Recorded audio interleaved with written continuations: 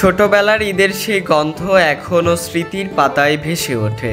ঘর ঝাড়ু দেওয়া, জানালার পর্দা ধোয়া, আলমারির পুরনো বইয়ে নিম পাতা গুজে দেওয়া, সব মিলিয়ে ঈদ যেন কেবল একটি উৎসব নয়, বরং ঘর বাড়ি, মন প্রাণ ও পরিবেশকে নতুন করে সাজিয়ে তোলার আনন্দঘন একটি প্রক্রিয়া। ঈদের প্রস্তুতি শুরু হতো অনেক আগে থেকেই।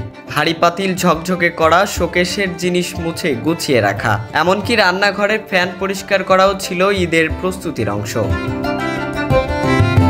নতুন জামা কাপড়ের বাইরেও ঈদের আনন্দ ছিল সেই খাঁটি গৃহস্থলীর প্রস্তুতিতে। একসময় ঈদের আগের দিন চাঁদ দেখার সময় নতুন জামা পরিয়ে দিতেন মা।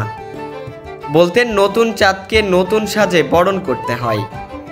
সেই শিক্ষা ছিল রুচির, ভালোবাসার, সৌন্দর্য বর্ধনের। আজকের এই সময় দাঁড়িয়ে অনেকেই বলছেন ঈদ মানেই শুধু নতুন কাপড় নয়, বরং পুরনোকে নতুন রূপ দিয়ে তাকে ভালোবাসা, যত্নে রাঙানোই প্রকৃত ঈদ। তাই শুধু আরবিতে ঈদ মুবারক বললেই ঈদের কল্যাণ মেলে না, প্রয়োজন অন্তরের সৌন্দর্য, মানবিকতা এবং কৃতজ্ঞতা। এই ঈদে আসুন আমরা সবাইকে ভালোবাসি, প্রকৃতির প্রতি কৃতজ্ঞ হই এবং ছোট কাজের মধ্য দিয়ে ঈদের প্রকৃত আনন্দটুকুকে খুঁজে নিই। আশরাফুল অন্তর, ধূমকেতু নিউজ, রাজশাহী।